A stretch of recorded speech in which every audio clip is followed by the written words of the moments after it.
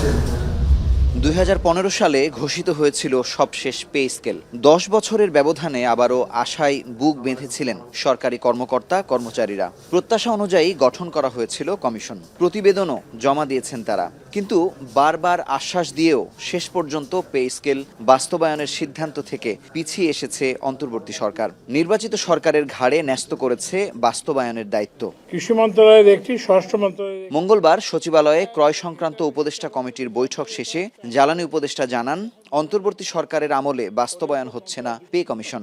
তাদের দেয়া প্রস্তাব চাইলে নির্বাচিত সরকার বাতিল বা বাস্তবায়ন করতে পারে। ক্লিংকার বেশি থাকলে সিমেন্ট বেশি খাঁটি। আনোয়ার সিমেন্ট। পে কমিশন করা হয়েছে, পে কমিশনের রিপোর্টটাই শুধু দেওয়া হয়েছে, এটার কিন্তু বাস্তবায়নের কোনো সিদ্ধান্ত এখন হয় নাই। তো সুতরাং এই অন্তর্বর্তী সরকার যেহেতু আর মাত্র 15 দিন আছে, এখন আমরা এই ব্যাপারে কোনো পদক্ষেপ গ্রহণ করতে চাই। পরবর্তী সরকার তো is free to do anything, কারণ আমরা যেরকম, এই সরকার যেরকম একটা নিজস্ব সিদ্ধান্ত গ্রহণ করতে পারে।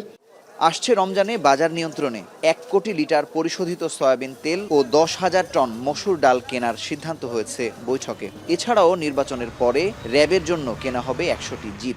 র্যাবের জন্য 103টি জিপ, 100টি পেট্রোল পিকআপ ও 60টি মাইক্রোবাস। এইটা ওটিএম পদ্ধতিতে পরিবর্তে সরাসরি করে, মানে ডাইরেক্ট ইয়ের মাধ্যমে। তো এটা আমাদের সরকারি শিল্প প্রতিষ্ঠান প্রগতি থেকে কেনা হবে। এই প্রস্তাবটা অনুমোদিত হয়েছে।